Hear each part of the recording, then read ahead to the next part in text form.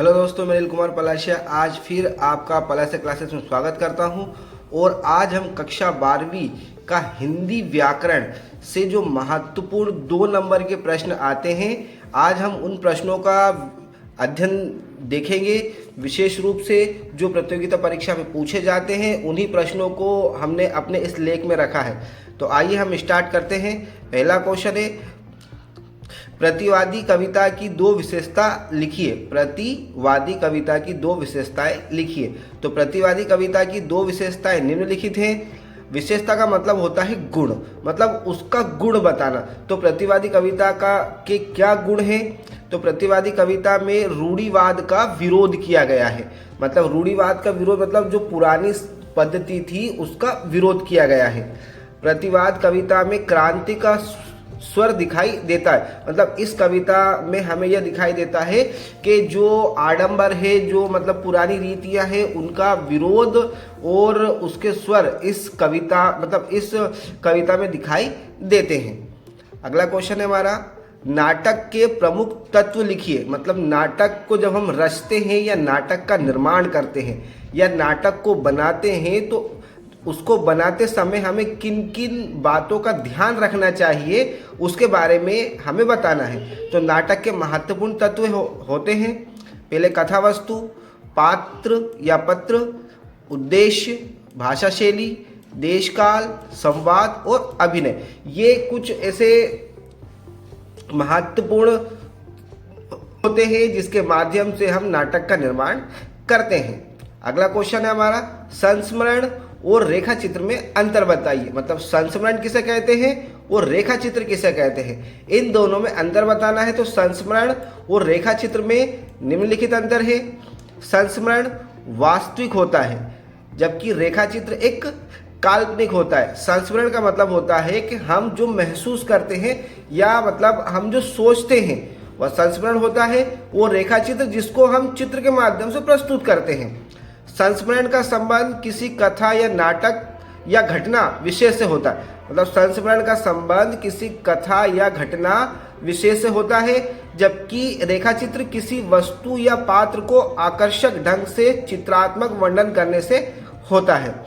ठीक है, तो संस्मरण और रेखा चित्र को एक बार फिर से देख लें। संस्मरण का मतलब होता है कि हमने जो घटना को देखा है उस घटना को हम किसी तीसरे व्यक्ति को समझा रहे हैं, बता रहे हैं। तो अब वो घटना वास्तविक घटना है इसलिए हम उसको बता रहे हैं, तो ये संस्मरण कहलाता है। वो रेखा चित्र का मतलब ये होता है कि जैसे हमने भारत का नक्शा, अब हमने भारत को सिर्फ नक्शे में देखा है तो हम उसको नक्शे के मतलब चित्र के माध्यम से उसको एक काल्पनिक चित्र के माध्यम से उसको दर्शा सकते, तो वो रेखा चित्र कहलाता है। अगला क्वेश्चन देखते हैं, कहानी में भाषा शैली का क्या महत्व होता है? तो कहानी में भाषा शैली पात्रों के व्यक्तित्व के अनुसार ऐसा हो जो उनकी वास्तविक स्थिति का सजीव चित्रण प्रस्तुत कर सके, वह भाषा शैली कहलाती है। मतलब कहानी में भाषा शैली का क्या महत्व है? तो कहानी में भाषा शैली मतलब एक कहानी हम लिखते हैं तो उस कहानी में हम इस तरीके से भाषा का निर्माण करते हैं या इस तरीके से सरल भाषा का उपयोग करते हैं जिसके माध्यम से मतलब जो भी नाटक को या जो भी कहानी को प्रस्तुत करता है वो बोलता है तो कहानी ऐसी लगनी चाहिए कि बिल्कुल सजीव हो। मतलब बिल्कुल कि वो कहानी का निर्माण बिल्कुल सजीव रूप से किया गया हो, मतलब सत्य पर आधारित घटना हो। तो यह सब कब होता है? यह हमारी भाषा शैली पर निर्भर करता है। ध्वनि और प्रकाश का नाटक में क्या महत्व होता है? ध्वनि का और प्रकाश का नाटक में क्या महत्व होता है? तो ध्वनि और प्रकाश का बहुत ही महत्वपूर्ण स्थान होता है। मतलब ध्वनि और प्रकाश का नाटक में बहुत ही महत्व स्थान होता है। नाटक में ध्वनि एक महत्वपूर्ण भूमिका निभाती है। मतलब नाटक में क्या करती है? ध्वनि एक महत्वपूर्ण भूमिका निभाती है। ध्वनि संयोजक वातावरण को यथार्थ प्रदान करता है। मतलब ध्वनि जो होता है वो वातावरण को क्या प्रदान करता है?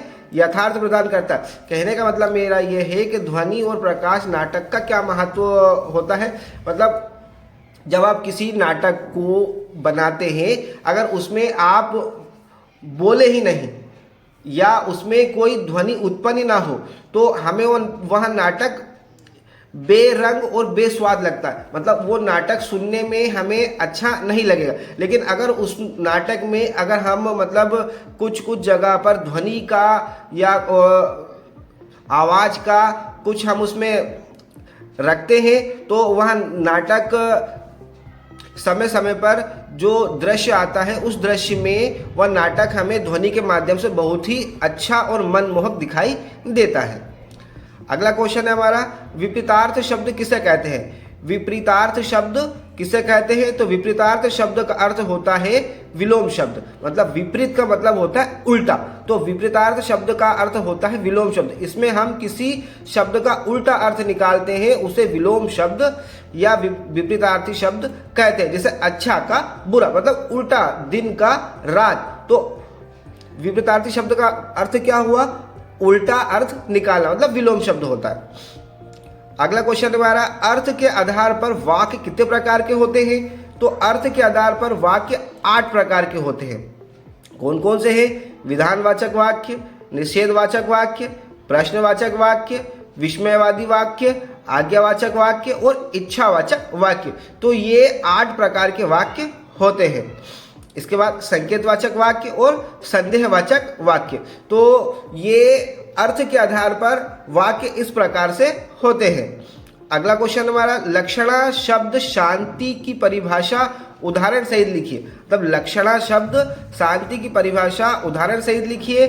लक्षणा शब्द का अर्थ होता है कि शब्द कुछ और होता है और उसका वास्तविक अर्थ कुछ और प्रकट होता है। शब्द कुछ और होता है लेकिन उसका अर्थ कुछ और प्रकट होता है। जैसे हम कह सकते हैं पेट में आग लगना, इसका अर्थ और शब्द दोनों अलग अलग होते हैं, मतलब अर्थ और शब्द अलग अलग होते हैं। जैसे पेट में आग लगना, अब पेट में कोई आग लगती है क्या? नहीं लगती है ना।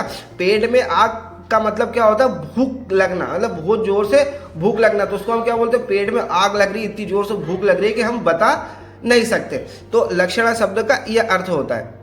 काव्य की ओज गुण किसे कहते हैं? मतलब काव्य की ओज गुण किसे कहते हैं? किसी काव्य को पढ़कर या किसी कविता को सुनकर हमारे मन में या हमारे हृदय में जो उमंग, उत्साह, उल्लास के भाव उत्पन्न होते हैं उसे ओज गुण प्रधान काव्य कहा जाता है। मतलब कोई काव्य है, कोई कविता है, कोई घटना है, उसको हम पढ़ते हैं, सुनते हैं, तो हमारे मन के अंदर उस समय वो कविता को पढ़कर या सुनकर जो भाव उत्पन्न होते हैं।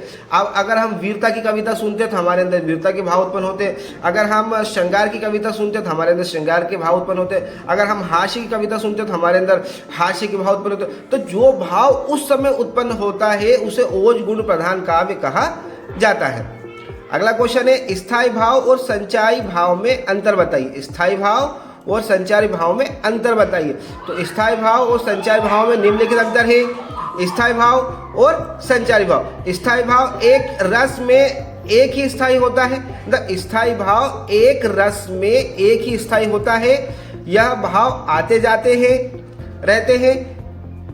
बेभव जो व्यक्तित्व के हृदय में सदैव रहते हैं वह स्थायी भाव कहलाते। मतलब स्थायी भाव और संचारी भाव, स्थायी भाव वो भाव होता है मतलब एक रस में एक ही स्थायी होता है, यह भाव आते जाते रहते हैं। बेभव जो व्यक्तित्व के हृदय में सदैव रहते हैं वह स्थायी भाव कहलाते हैं। जो संचारी भाव, वे भाव जो संचारित होते रहते हैं, मतलब आते जाते रहते हैं, यह अस्थिर भाव कहलाते हैं। अभी आया और फिर बदल गया, अभी आया फिर बदल गया, वो भाव क्या कहलाता है? वो संचारी भाव कहलाता है। संचारी भाव एक रस में अनेक होते हैं। क्या होते हैं? संचारी भाव एक रस में अनेक होते हैं। इसमें भाव संचारित नहीं होते हैं, इसमें भाव संचारित नहीं होते हैं, ये संचारी भाव कहलाते हैं। अगला क्वेश्चन है, रीतिकाल को श्रृंगार काल क्यों कहा जाता है? रीतिकाल को श्रृंगार काल क्यों कहा जाता है? तो रीतिकाल को श्रृंगार काल कहा जाता है क्योंकि रीतिकाल में अत्यधिक कवियों की रचना में श्रृंगार रस की प्रधानता रही है। मतलब रीतिकाल में जितने भी कवि हुए हैं उन कवियों ने अपनी कविता में श्रृंगार के भाव को उत्पन्न किया है। अगला क्वेश्चन है, नई कविता की 2 विशेषताएं लिखिए। तो नई कविता की विशेषता निम्नलिखित है। नई कविता में अनुभूति की सच्चाई प्रकट की है। मतलब जो नई कविता, जो नए लेखक हैं, नई कविता है, उन्होंने क्या करा है कि नई कविता में अनुभूति की सच्चाई प्रकट की है। नई कविता में मनुष्य के जीवन के प्रत्येक क्षण को महत्व दिया, मतलब उसके जीवन के हर क्षण को नई कविता में वर्णन किया गया। इस कविता में मानव जीवन को विशेष महत्व दिया गया है और नई कविता में मनुष्य के कुंठाओं का चित्रण किया गया। मतलब कुंठाओं का मतलब होता है मनुष्य के अंदर जो जलन, भाव, ईर्ष्या, द्वेष, सारी चीजों का नई कविता में वर्णन किया गया है। अगला क्वेश्चन है हमारा, शुक्ल युग के गद्य की विशेषता बताइए। मतलब शुक्ल युग में गद्य की क्या विशेषता है? तो शुक्ल युग के गद्य की भाषा आमतौर पर सरल और सामान्य लोगों की भाषा होती है। मतलब शुक्ल युग में जो गद्य लिखे गए थे उसमें आमतौर पर भाषा कैसी थी? सरल और सामान्य भाषा मानी जाती थी। इसे विविध वाक्य और शब्दों का प्रयोग नहीं किया जाता, मतलब इसमें कठिन कठिन भाषाओं का प्रयोग नहीं किया था जो सामान्य लोगों के लिए समझना मुश्किल होता है। मतलब उनने इस प्रकार से भाषा का उपयोग किया जिससे कि सभी लोग समझ सके, सामान्य लोग उसको समझ सके। यह गद्य अधिकतर लोगों के दैनिक जीवन से जुड़े विषयों पर आधारित होता था और शुक्ल युग में जो भी गद्य लिखे गए थे उन गद्यों को अधिकतर ऐसे गद्य लिखे गए थे जो सभी लोगों के दैनिक जीवन से जुड़े हुए माने जाते हैं। ठीक है, तो ये शुक्ल युग वाला हो गया। नाटक और एकांकी में अंतर बताइए। नाटक किसे कहते हैं और एकांकी किसे कहते हैं? तो नाटक और एकांकी में निम्नलिखित अंतर है। नाटक और एकांकी, नाटक में अनेक अंक होते हैं, थोड़े थोड़े से, है ना। नाटक में कुछ समय का, कुछ घंटों का नाटक होता है, तो नाटक में अनेक अंक होते हैं। नाटक में अधिक पात्र होते हैं, मतलब पात्रों की संख्या क्या होती है? अधिक होती है। नाटक में एक मुख्य कथा, अनेक कथाएं होती है, मतलब नाटक में एक मुख्य कथा होती है, उसके बाद और कथाएं जुड़ी हुई होती है। नाटक दृश्य काव्य का वृहद रूप होता है, मतलब नाटक जो है दृश्य काव्य का एक बड़ा रूप, वृहद का मतलब होता है बड़ा, बड़ा रूप होता है। एकांकी, एकांकी में केवल एक अंक होता है। एकांकी में कम पात्र होते हैं। एकांकी एक घटना पर ही आधारित होती है। एकांकी दृश्य का लघु रूप होता है, मतलब लघु का मतलब छोटा। एकांकी दृश्य का क्या होता है? एक छोटा सा रूप होता है, मतलब किसी व्यक्ति के जीवन की एक घटना के बारे में दर्शाना एकांकी कहलाता है। अगला क्वेश्चन है हमारा, कहानी और नाटक में अंतर बताइए। मतलब कहानी किसे कहते हैं और नाटक किसे कहते हैं, दोनों में अंतर बताना है। कहानी और नाटक में निम्नलिखित अंतर है। तो सबसे पहले कहानी को देखते हैं। कहानी की संरचना छोटी होती है। कहानी की संरचना क्या होती है? छोटी होती है। पूरे जीवन को हम 10 मिनट में दर्शा सकते हैं कहानी के माध्यम से। यह एक श्रव्य साहित्य होता है, मतलब सुनने वाली। कहानी को हम क्या क्या करके बताते हैं? बोलकर बताते हैं, तो लोग उसको सुनते हैं। श्रव्य यानी सुनना। इसे सिर्फ सुना जा सकता है। कहानी को क्या क्या किया जा सकता है? सुना जा सकता है। कहानी को पढ़कर प्रस्तुत किया जा सकता है। तो कहानी की संरचना छोटी होती है, यह एक श्रव्य साहित्य होता है, इसे सिर्फ सुना जा सकता है, कहानी को पढ़कर प्रस्तुत किया जाता है। अगला है नाटक। तो नाटक की संरचना बड़ी होती है, मतलब नाटक का अंक जो होता है वो बड़ा होता है। यह एक दृश्य साहित्य होता है, मतलब इसे देखा जाता है, इसे देखा जाता है। नाटक को अभिनय करके प्रस्तुत किया जाता है, मतलब नाटक को क्या करके प्रस्तुत किया जाता है? मौखिक बोलकर नहीं बताया जाता, इसको करके बताया जाता है। अगला क्वेश्चन है हमारा, रेडियो नाटक में संवाद का महत्व स्पष्ट कीजिए। मतलब रेडियो जो होता है, अब रेडियो आपने सबने देखा होगा, उसमें नाटक में संवाद का क्या महत्व? अब आपको खुद को मालूम है कि रेडियो एक श्रव्य काव्य है, मतलब उसको सुना जा सकता है, रेडियो को देखा नहीं जा सकता। तो अब उसमें संवाद का क्या महत्व है? तो रेडियो में अगर संवाद नहीं रहेगा तो रेडियो को सुनेगा कौन, है ना। तो रेडियो नाटक में भाषा का उपयोग संवाद के रूप में सबसे अधिक होता है। ठीक है, अगर रेडियो में कोई नहीं बोलेगा तो फिर वो चलेगा कैसे? रेडियो नाटक में संवाद इसलिए महत्वपूर्ण होता है क्योंकि उनके सामने रंगमंच नाटकों की तरह दर्शन नहीं होते, मतलब उसको देखने वाले नहीं होते हैं। इस कारण संवादों द्वारा प्रत्येक स्थिति को स्पष्ट करना पड़ता है, तो उन्हें बोलकर समझाना पड़ता है। शब्द युग्म के प्रकारों के नाम लिखिए।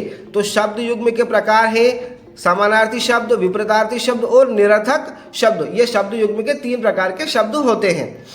अगला क्वेश्चन है, रचना के आधार पर वाक्य कितने प्रकार के होते हैं? तो रचना के आधार पर वाक्य 3 प्रकार के होते हैं, सरल या साधारण वाक्य, संयुक्त वाक्य, मिश्रित वाक्य। तो रचना के आधार पर वाक्य 3 प्रकार के होते हैं। अगला क्वेश्चन है, प्रसाद गुण की परिभाषा लिखिए। तो प्रसाद गुण से हमारा आशय यह है कि ऐसी काव्य रचना जिनको पढ़ते ही अर्थ ग्रहण हो जाता हो वह प्रसाद गुण कहलाता है। मतलब ऐसे काव्य की रचना करना या ऐसे काव्य का निर्माण करना जिसको पढ़ते ही उसका अर्थ समझ में आ जाए, वो प्रसाद गुण कहलाता है ना, वो प्रसाद गुण कहलाता है। अगला क्वेश्चन है हमारा, शब्द शक्ति किसे कहते हैं? शब्द शक्ति से आशय यह है कि किसी वाक्य के भाव को समझने के लिए प्रयुक्त अर्थ को शब्द शक्ति कहते हैं। मतलब शब्द शक्ति को आप इस तरीके समझ सकते हैं कि मान लो कोई व्यक्ति आपके सामने आकर खड़ा हुआ है और एकदम से उसने बोला, कुछ भी बोला, तो आप उसकी भाषा को समझकर आप उसके मनोभाव को समझ जाएंगे कि उसने जिस प्रकार से भाषा को बोला है, क्या वो दुखी है ना, क्या उसको क्या हो रहा है, वो क्या वो बीमार है। तो इस तरीके का आकलन जब हम करते हैं उसे वो हम कब कर पाएंगे? वो शब्द के माध्यम से कर पाएंगे, तो उसे हम क्या बोलते हैं? शब्द शक्ति कहते हैं। अगला क्वेश्चन है हमारा, सांग रूपक अलंकार की परिभाषा दीजिए। तो सांग रूपक जिस रूपक में उपमेय के अंगों व अवयवों पर उपमान के अंगों व अवयवों का आरोप होता है उसे सांग रूपक कहते हैं। मतलब कि सांग रूपक अलंकार क्या है कि सांग रूपक जिस रूपक में उपमेय के अंगों व अवयवों पर उपमान के अंगों व अवयवों का आरोप होता है। मतलब के रूपक में उपमानों के अंगों व अवयवों पर उपमान के अंगों व अवयवों का आरोप होता है, उसे सांग रूपक कहते हैं। भक्ति काल को हिंदी साहित्य का स्वर्ण युग क्यों कहा जाता है? तो भक्ति काल में हिंदी साहित्य का स्वर्ण काल या स्वर्ण युग इसलिए कहा जाता है क्योंकि इस काल में आधुनिक काल की जानकारी के साथ साथ इसमें साहित्य की अनुभूति का गहन अध्ययन किया गया है और इस काल में हिंदी साहित्य को बहुत ही विकसित किया गया था। मतलब भक्ति काल में हिंदी साहित्य को स्वर्ण युग इसलिए कहा गया है क्योंकि इस काल में मतलब जो भक्ति काल था उस काल में हिंदी में बहुत सारे साहित्य लिखे गए, है ना, बहुत सारे साहित्य लिखे गए जो जन जन में प्रसारित हुए। कहाँ पर प्रसारित हुए? जन जन में प्रसारित हुए और लोगों ने इसको बहुत सराहा, तो इसलिए भक्ति काल को हिंदी साहित्य का स्वर्ण युग कहा जाता है। अगला क्वेश्चन है, प्रयोगवादी कविता की दो विशेषताएं लिखिए। तो प्रयोगवादी कविता की दो विशेषता निम्नलिखित है। प्रयोगवादी कविता में भाषा को महत्वपूर्ण ध्यान दिया गया है। मतलब प्रयोगवादी कविता लिखी गई तो उस कविता में इस प्रकार से दिखाया गया है कि अगर भाषा सरल होगी तो उसको सभी लोग पढ़ेंगे। तो प्रयोगवादी कविता में महत्वपूर्ण ध्यान किस पर दिया गया है? भाषा पर दिया गया है। प्रयोगवादी कविता में नए अभिप्रेत और अद्भुत विचारों का इन्वेंशन भी किया गया है। तो प्रयोगवादी कविता में क्या किया गया है? नए अभिप्रेत मतलब नए विचारों, ये नए अभिप्रेत और अद्भुत विचार की जगह पर आप ये कर सकते हैं कि प्रयोगवादी कविता में नए नए विचारों का इन्वेंशन का को भी हटाकर आप कर सकते हैं। प्रयोगवादी कविता में नए नए विचारों का प्रयोग किया गया है। अगला क्वेश्चन है हमारा, जीवनी और आत्मकथा में अंतर बताइए।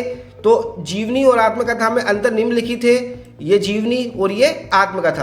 तो जीवनी में किसी महापुरुष के जीवन की घटनाओं का वर्णन किया जाता है। मतलब जीवनी किसकी लिखी जाती है? एक महापुरुष की।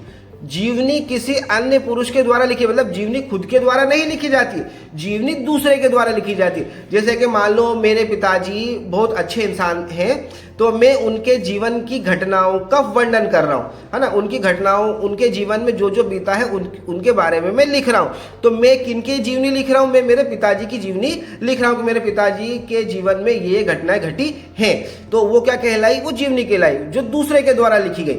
जीवनी काल्पनिक भी हो सकती है। मतलब जीवनी क्या हो सकती है? काल्पनिक, हाँ, मतलब किसी के जीवन के बारे में लिख रहे हैं, हमें उसके बारे में पता नहीं है, तो काल्पनिक भी हो सकती है।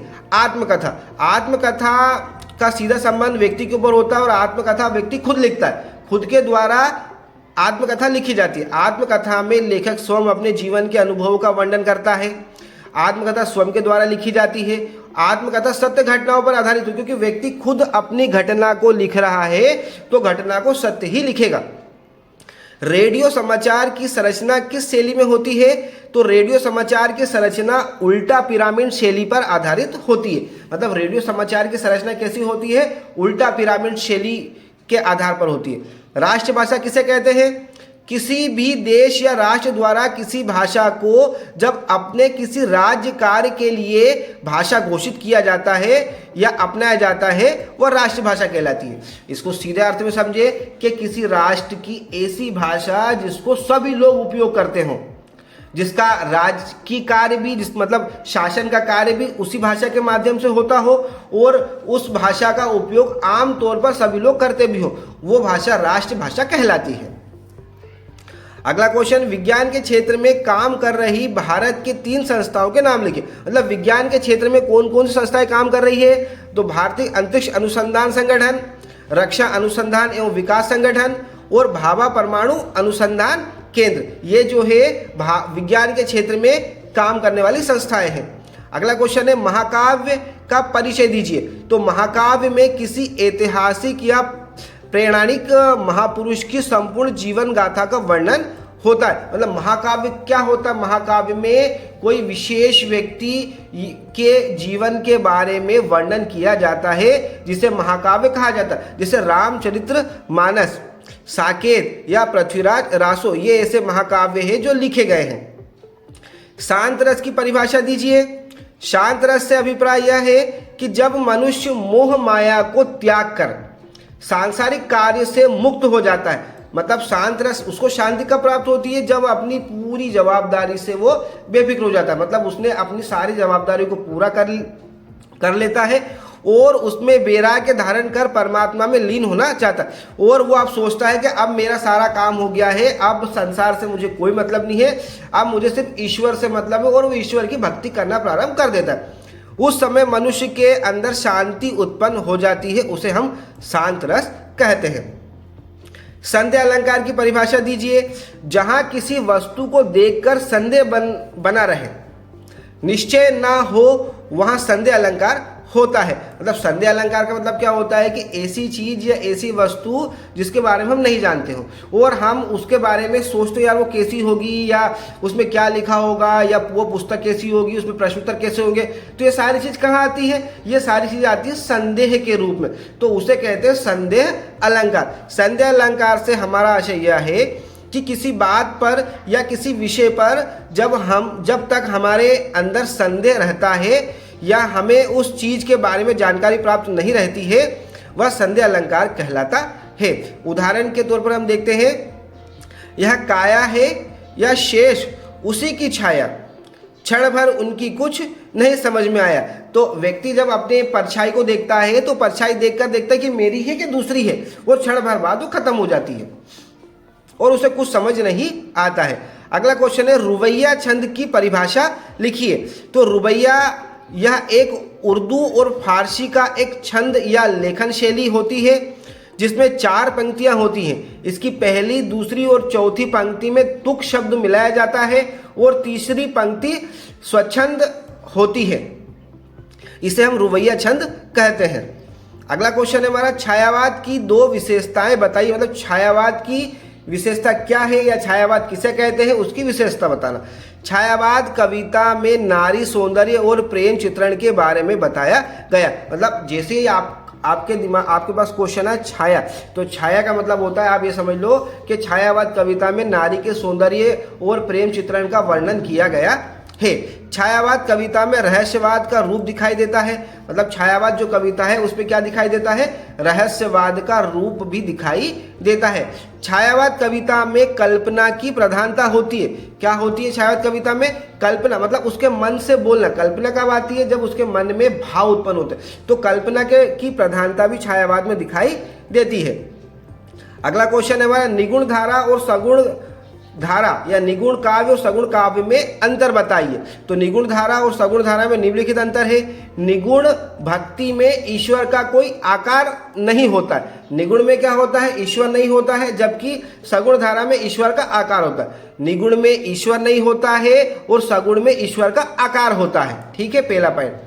सगुण भक्ति के अनुसार ईश्वर का शरीर होता है, लेकिन निगुण भक्ति में ऐसा कुछ नहीं होता। सगुण भक्ति वाले लोग क्या करते हैं? ईश्वर को शारीरिक रूप में मानते, लेकिन निगुण भक्ति वाले क्या मानते हैं कि ईश्वर का कोई रूप नहीं होता है। निगुण भक्ति के अनुसार ईश्वर एक होता है, लेकिन सगुण भक्ति के अनुसार ईश्वर एक है किंतु उनके नाम अनेक है। निगुण भक्ति के अनुसार क्या बोलता है वो कि बहुत सारे ईश्वर नहीं होते, ईश्वर सिर्फ एक ही होता है। जबकि सगुण भक्ति वाले क्या बोलते हैं, ईश्वर एक है लेकिन उसके नाम अनेक है।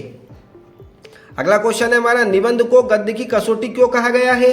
तो निबंध को गद्य की कसौटी आचार्य रामचंद्र शुक्ल ने अपने हिंदी साहित्य के इतिहास में निबंध की परिभाषा देते हुए कहा कि यदि गद्य कवियों या लेखन की कसौटी है तो निबंध गद्य की कसौटी है। इससे लेखन की पहचान होती, मतलब इससे लेखन की पहचान होती है या लेखक की पहचान होती है। कहने का मतलब मेरा ये है कि आचार्य रामचंद्र शुक्ल ने अपने हिंदी साहित्य के इतिहास में निबंध की परिभाषा देते हुए कहा है, यदि गद्य कवियों या लेखन की कसौटी होती है तो निबंध गद्य की कसौटी होती है, क्योंकि निबंध जब हम लिखते हैं तो उसमें गद्य के रूप में ही, गद्यांश के रूप में ही उसको लिखा जाता है और उसके द्वारा ही उसकी पहचान होती है। राजभाषा किसे कहते हैं? भारत के राजभाषा क्या है या भारत की राजभाषा क्या है? राजभाषा किसी राज्य या देश की घोषित भाषा होती है। राजभाषा क्या होती है? किसी राज्य की या किसी देश की घोषित भाषा होती है जो सभी राजकीय प्रयोजन सरकारी कामकाज के प्रयोग में होती है। जो मतलब सरकारी कामकाज के साथ साथ सभी रूप में उसका उपयोग किया जाता है। भारतीय संविधान के अनुच्छेद 343A के अंतर्गत देवनागरी लिपि को हिंदी को संघ की राजभाषा घोषित की गई है। तो भारत की राजभाषा कौन सी है? देवनागरी लिपि। अगला क्वेश्चन है हमारा, हास्य रस की परिभाषा लिखिए। जब किसी पदार्थ या व्यक्ति की असाधारण आकृति, वेशभूषा, चेष्टा आदि को देखकर हृदय में जो विनोद का भाव जागृत होता है उसे हास्य रस कहते हैं। जब किसी कविता को पढ़कर, सुनकर, देखकर हमारे मन में जो भाव उत्पन्न होता है और वो भाव ऐसे उत्पन्न होते हैं कि जैसे कि कोई हमारे मन में हंसी उत्पन्न हो जाए, हमारे मन में हंसी उत्पन्न हो जाए। बच्चे की मस्ती को देखते हुए, बच्चे की कलाकृति को देखकर हमारे मन में जो भाव उत्पन्न होते हैं वो हास्य रस कहलाते हैं। उदाहरण में देखते हैं हम, बुरे समय को देखकर गूंजे तू क्यों रोए, यानी बुरे समय को देखकर गंजे तू क्यों रो, किसी भी हालत में तेरा बाल न बाका। मतलब कि ये गंजे बुरा वक्त देखकर तू क्यों रो रहा है, क्योंकि मतलब तू क्यों रो रहा है, किसी चाहे किसी भी हालत हो जाए तेरा तो एक बाल भी बाका नहीं होगा। क्यों? क्योंकि तू तो गंजा है। तो ये हास्य रस कहलाता है। अगला क्वेश्चन है हमारा, व्यतिरेक अलंकार की परिभाषा दीजिए। व्यतिरेक अलंकार क्या होता है? काव्य में जहां उपमेय को उपमान से श्रेष्ठ बताया जाता है। काव्य में जहां उपमेय को उपमान से श्रेष्ठ बताया जाता है वहां व्यतिरेक अलंकार होता है। कौन सा अलंकार होता है? वो व्यतिरेक अलंकार होता है। अगला है, मौखिक लेखन क्या है? वह लेखन कार्य जिसमें व्यक्ति नितांत नवीन एवं विचार और सोच का सृजन करता है। लेखन कार्य में जो सबसे प्रथम रचना होती है वह मौखिक लेखन कहलाता है। मतलब लेखन से क्या आशय है हम इसको देख लेते हैं। तो मतलब मौखिक लेखन क्या, उससे उसका अभिप्राय ये है, मौखिक लेखन का मतलब ये होता है कि किसी भी प्रकार का प्रश्न, उसको लिखने से पहले जो भाव, जो विचार या जो तथ्य हमारे मन में चलते हैं, जिसके बारे में, जिस उत्तर के बारे में हमारे मन में गणना चलती है, वही मौखिक लेखन भाषा कहलाती है। अगला क्वेश्चन है, इंटरनेट क्या है? इंटरनेट से हमारा आशय, इंटरनेट से हमारा आशय यह है कि एक ऐसा नेटवर्क जो संपूर्ण देश अथवा महाद्वीपों के पार फैला होता है उसे नेटवर्क या इंटरनेट कहते हैं। मतलब इंटरनेटवर्क से हमारा आशय यह है कि बिना कोई तार, बिना कोई वायर के, बिना कुछ मतलब तार लगाए, वायर लगाए, एक ऐसा नेटवर्क जिसके माध्यम से हम पूरी दुनिया से कनेक्ट रहते हैं, वह इंटरनेट कहलाता है या नेटवर्क कहलाता है। अगला क्वेश्चन है, करुण रस की परिभाषा दीजिए। जिस काव्य को पढ़कर, सुनकर मन में रोना, गिरना, आघात पहुंचना, छाती पीटना जैसे भाव प्रकट होते हैं उसे हम करुण रस कहते हैं। मतलब करुण रस का भाव मतलब क्या होता है कि हमारे हृदय के अंदर ऐसे भाव या ऐसे मतलब ऐसे दर्द के भाव उत्पन्न होना जिसमें हमें यह पता लगता है कि कोई रो रहा है, किसी मतलब कोई छाती पीट रहा है, किसी को आघात पहुंचा है, तो वो उस समय जो भाव उत्पन्न होते हैं वो भाव कौन से होते हैं? करुण रस के भाव उत्पन्न होते हैं। अगला क्वेश्चन है हमारा, विरोधाभास अलंकार की परिभाषा लिखिए। तो विरोधाभास अलंकार किसे कहते हैं? विरोधाभास का अर्थ यह है कि एक ही वाक्य में आपस में कटाक्ष करते हुए दो या दो से अधिक भावों का प्रयोग किया जाता है, उसे विरोधाभास भाव कहते हैं। अब इसको सरल भाषा में देखें, विरोधाभास का मतलब, अलंकार का मतलब ये होता है कि हमारे मन में एक ही बात, एक ही तथ्य पर दो प्रकार के भाव उत्पन्न होना।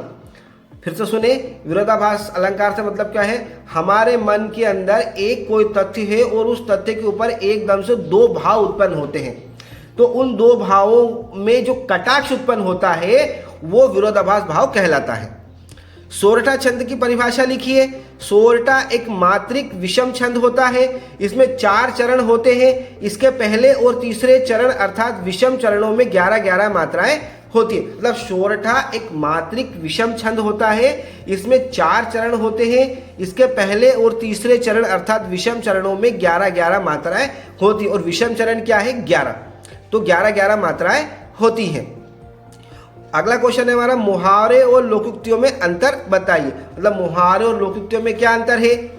मुहावरा और लोकोक्ति। मुहावरे शब्द का अर्थ यह है कि वह वाक्य जिसका अर्थ वाक्य से अलग होता है वो मुहावरा कहलाता है। मतलब मुहावरे शब्द का अर्थ क्या? वह वाक्य जिसका अर्थ वाक्य से अलग होता है, मतलब जिसका अर्थ वाक्य से अलग होता है मुहावरा कहलाता है। कैसे?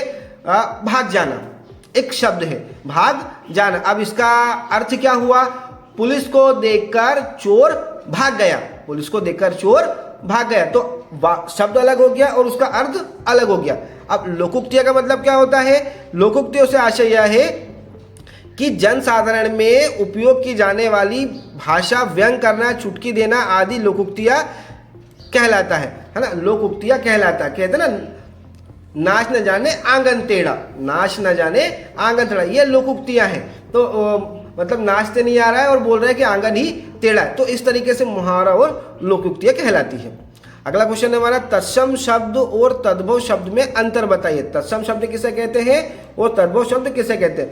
तत्सम शब्द देखते हैं पहले। वे शब्द जो मूल भाषा संस्कृत से जो के त्यों हिंदी में प्रयुक्त किए जाते हैं। मतलब वे शब्द जो मूल भाषा संस्कृत से जो के त्यों हिंदी में प्रयुक्त किए जाते हैं, उन शब्दों का तत्सम शब्द का, मतलब उन शब्दों को तत्सम शब्द कहते हैं। मतलब कि वे शब्द जिनका संस्कृत से सीधा हिंदी में लेकर आए और उनका कोई परिवर्तन नहीं हो, मतलब उनमें कुछ भी परिवर्तन नहीं किया गया, वह तत्सम शब्द कहलाता है। जैसे अग्निकर्म, कुमार, अमर, ग्रह आदि ये सब संस्कृत शब्द है और इनका उपयोग तत्सम शब्द का हिंदी रूप में किया गया है। तद्भव शब्द किसे कहते हैं? मतलब तद्भव शब्द जो संस्कृत भाषा से तो आते हैं लेकिन हिंदी में जाकर बदल जाते हैं, ऐसे शब्द तद्भव शब्द कहलाते हैं। मतलब संस्कृत से लेते हैं और उसका अर्थ हिंदी में बदल जाता है, वह तद्भव शब्द कहलाता है। उपस्वर्ग और प्रत्यय में अंतर बताइए। तो उपस्वर्ग और प्रत्यय में अंतर, प्रत्यय वह वाक्यांश या वह शब्द जो मूल शब्द के अंत में जुड़कर एक नया शब्द बनता है या नया रूप लेता है, वह प्रत्यय कहलाता है। प्रत्यय किसे कहते हैं? एक शब्द होता है, उसके पीछे जो नया शब्द जुड़ता है वो प्रत्यय कहलाता है। उपस्वर्ग क्या होता है? उपस्वर्ग शब्द उस शब्द को कहते हैं जो किसी शब्द के पहले लगकर उसका विशेष अर्थ प्रकट करता है, वह उपस्वर्ग कहलाता है। मतलब एक वाक्य, एक शब्द होता है, उसके सामने एक नया शब्द बनकर एक तीसरा एक नया शब्द बनता है, वो उपस्वर्ग कहलाता है। प्रत्यय पीछे लगता है, उपस्वर्ग आगे लगता है, आपको याद रखना है। तकनीकी शब्द का क्या अर्थ होता है? तकनीकी शब्द किसे कहते हैं? किसी भी विषय से संबंधित ऐसे शब्द जिनका प्रयोग मुख्य रूप से उस विषय की चर्चा के लिए ही होता है, वह तकनीकी शब्द कहलाता है। मतलब तकनीकी शब्द का सीधा अर्थ ये होता है कि ऐसा मूल शब्द जिसके विषय में हम बात कर रहे हैं और उसी के विषय में हम चर्चा भी कर रहे हैं, उस शब्द को हम तकनीकी शब्द कहते हैं। तो दोस्तों, हमने हिंदी व्याकरण कक्षा 12वीं से ये महत्वपूर्ण प्रश्न जो परीक्षा में आप मतलब आएंगे, हमने यह जो क्वेश्चन है हम परीक्षा अध्ययन से प्रश्न लेकर हमने इसको बनाया है। तो अगर आपको ये लेख समझ में आया तो आप लाइक और कमेंट कीजिए, जिससे कि हम ऐसे ही वीडियो आपके सामने और लेकर आते रहें। धन्यवाद।